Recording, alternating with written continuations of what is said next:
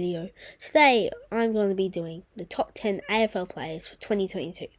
This is all in my opinion, so let's get started.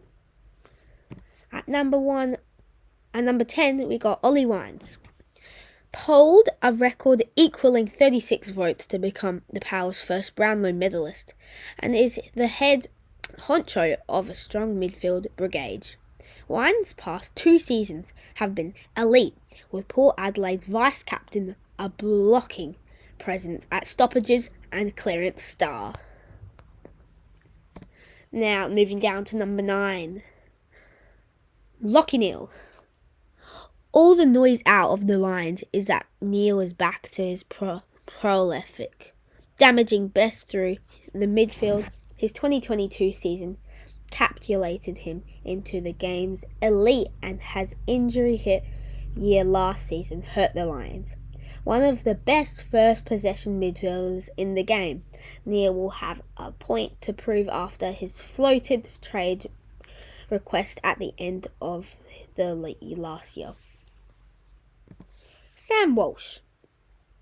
Carlton's heart sunk with the news Walsh would miss at least the opening month of the season after surgery for an ankle injury, and with good reason. Walsh elevated himself to be a top 10 player last season, with the best and fairest All-Australian and top 5 Brownlow medal year. He is consistent, tough and powerful. Walsh is also stacking acclaim as one of the best number 1 picks ever. Number 7. Patrick Dangerfield. Suspension and injury meant Dangerfield had the most interruption season of his career in 2021, but he remains one of the AFL's best game breakers, even with his 300th game on the horizon this season. Geelong will keep pushing for a flag while Dangerfield remains influential. Number 6. Jack Macrae. Macrae still doesn't get the kudos he deserves, but as the competition's best ball getter, there are few who match his consistency and impact. A free agent this year, Macrae has won All-Australian selection the past 3 years, and is so good at getting the footy opposition sides don't even bother trying to stop him.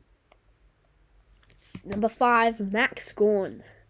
Not just a spiritual leader, now a successful one.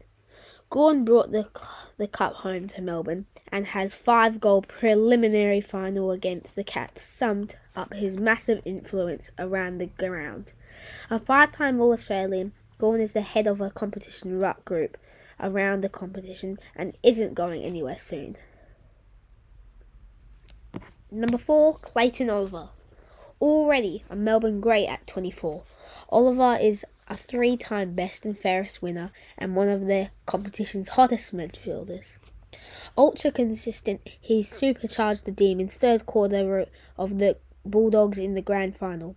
A penetrating possession winner who, as the shock bolter of the 2015 draft, is one of the best ever picks in football history. Number 3, we all know him, Dustin Martin.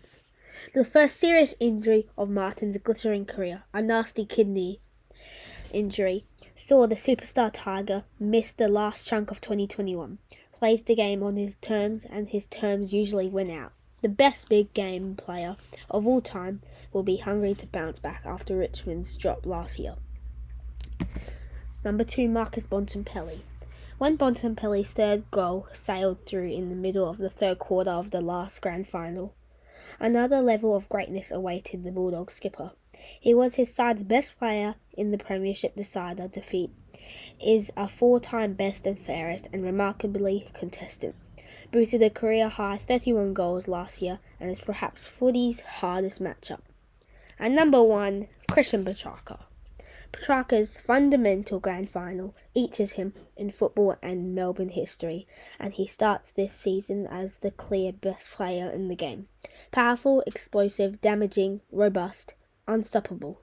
Petracca doesn't play a bad game and has lived up to every bit of hype attached to him. He might have a Brownlow medal to go with his Norm Smith medal and Premiership medallion by the end of the season. Thank you guys for watching. I hope you enjoyed. I'll see you in our next video coming soon. Bye!